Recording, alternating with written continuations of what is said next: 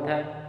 आज हम गणित की कक्षा में पढ़ेंगे कक्षा 10वीं की गणित का प्रथम अध्याय, जिसका नाम है वास्तविक संख्या। वास्तविक संख्या रियल नंबर।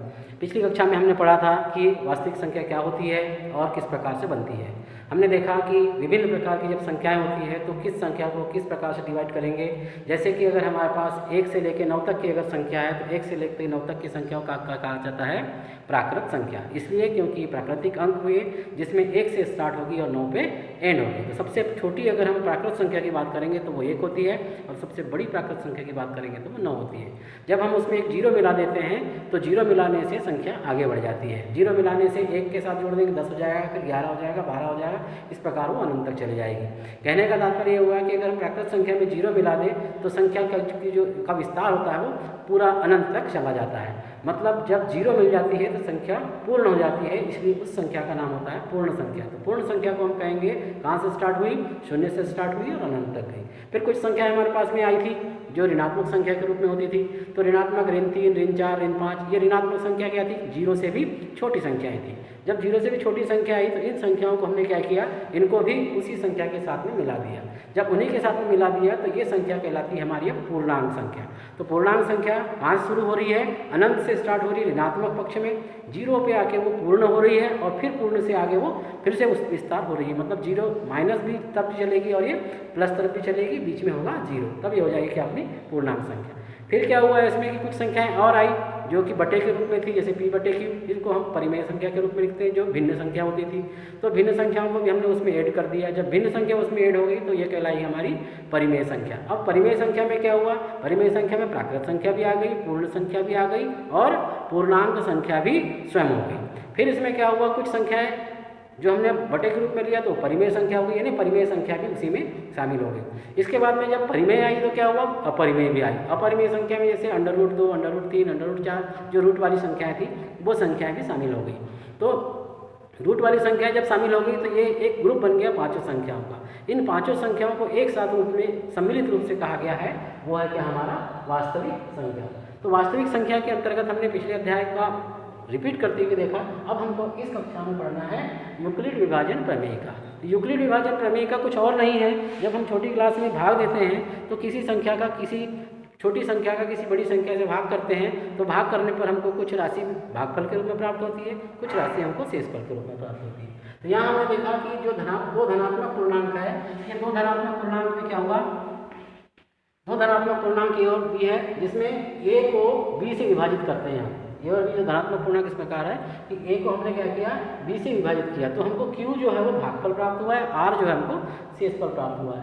तब इस कंडीशन पे हमने एक फार्मूला निकालते हैं।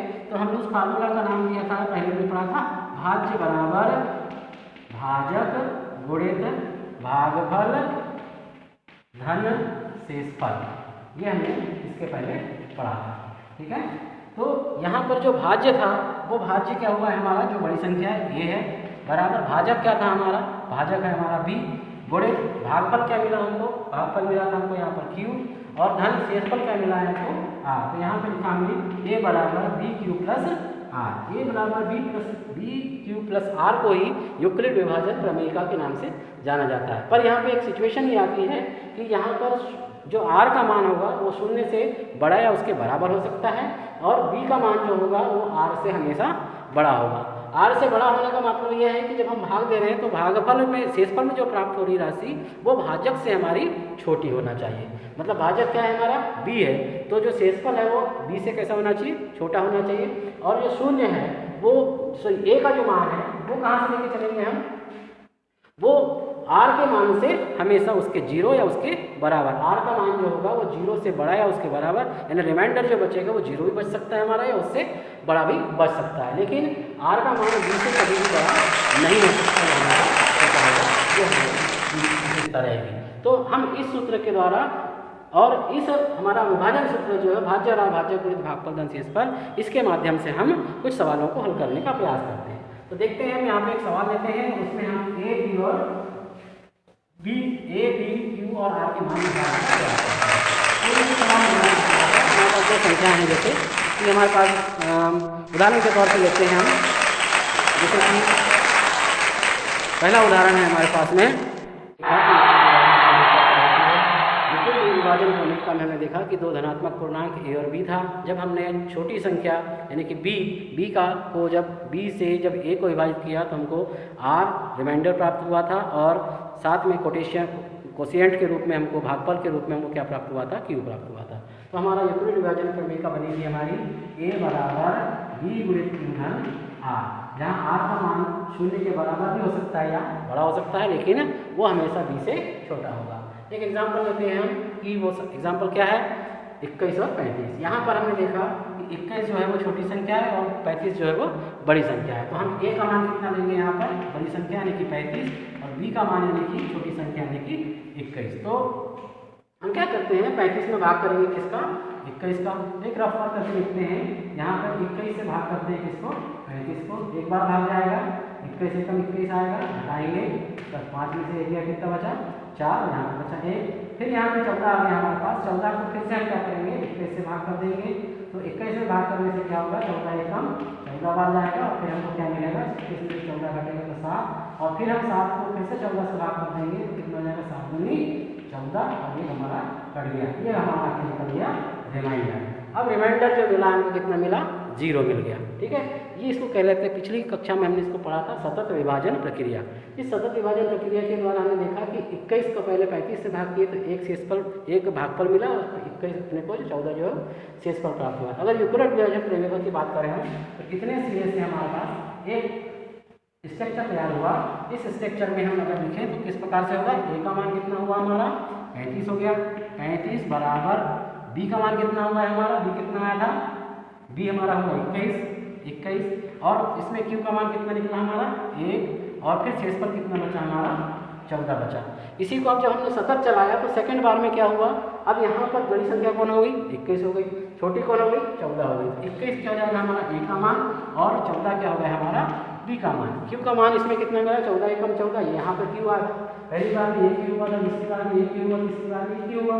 तो पहली बार में q का मान 1 आया था, दूसरी बार में q का मान 1 ही आया, लेकिन यहाँ पर जो शेषफल है हमारा कितना बचा, 7 बचा था। तो हम रिमाइंडर r का मान 7 लेंगे। तीसरी बार में क्या देखा हमने कि तीसरी बार में इस स्ट्रक्चर की बात करते हैं यहाँ पर, तो यहाँ पर हमारी जो बड़ी संख्या है वो कितनी मिल गई है हमको, 14 मिल गई। 14 मिल गई तो यहाँ पे कितने से भाग दी, छोटी संख्या कितनी थी 7, कितने बार गया 2 बार, रिमाइंडर कितना बच गया 0। तो यहाँ पर आने के बाद r का मान हमारे पास लास्ट में क्या बचा 0। इस प्रकार से हम इसको व्यवस्थित कर सकते हैं किससे, EDA से। वास्तव में इस EDA की हमको आवश्यकता क्यों पड़ी, यूक्लिड विभाजन प्रमेय की आवश्यकता क्यों पड़ी है, कुछ दी गई संख्याएं होंगी जिनका HCF याद करना है। क्या याद करना है, HCF याद करने के लिए पहले हम सतत विभाजन प्रमेय का प्रयोग करते थे, अब हम यूक्लिड विभाजन प्रमेय का प्रयोग कर रहे हैं। तो हमने देखा कि HCF कहाँ होगा, HCF होगा जिसमें रिमाइंडर कितना बचा 0 हो गया। जहाँ रिमाइंडर हमारा 0 हो गया है, यहाँ पर देखेंगे आप, जहाँ रिमाइंडर हमारा 0 हो गया तो 0 किसके कारण हुआ, 0 हुआ इस 7 के कारण। इस 7 ने ऐसा कोशिएंट लाया कि हमारा रिमाइंडर कितना हो गया 0 हो गया है। इसलिए इसकी बात करें किसकी, 21 और 35 की, तो 21 व 35 का HCF मतलब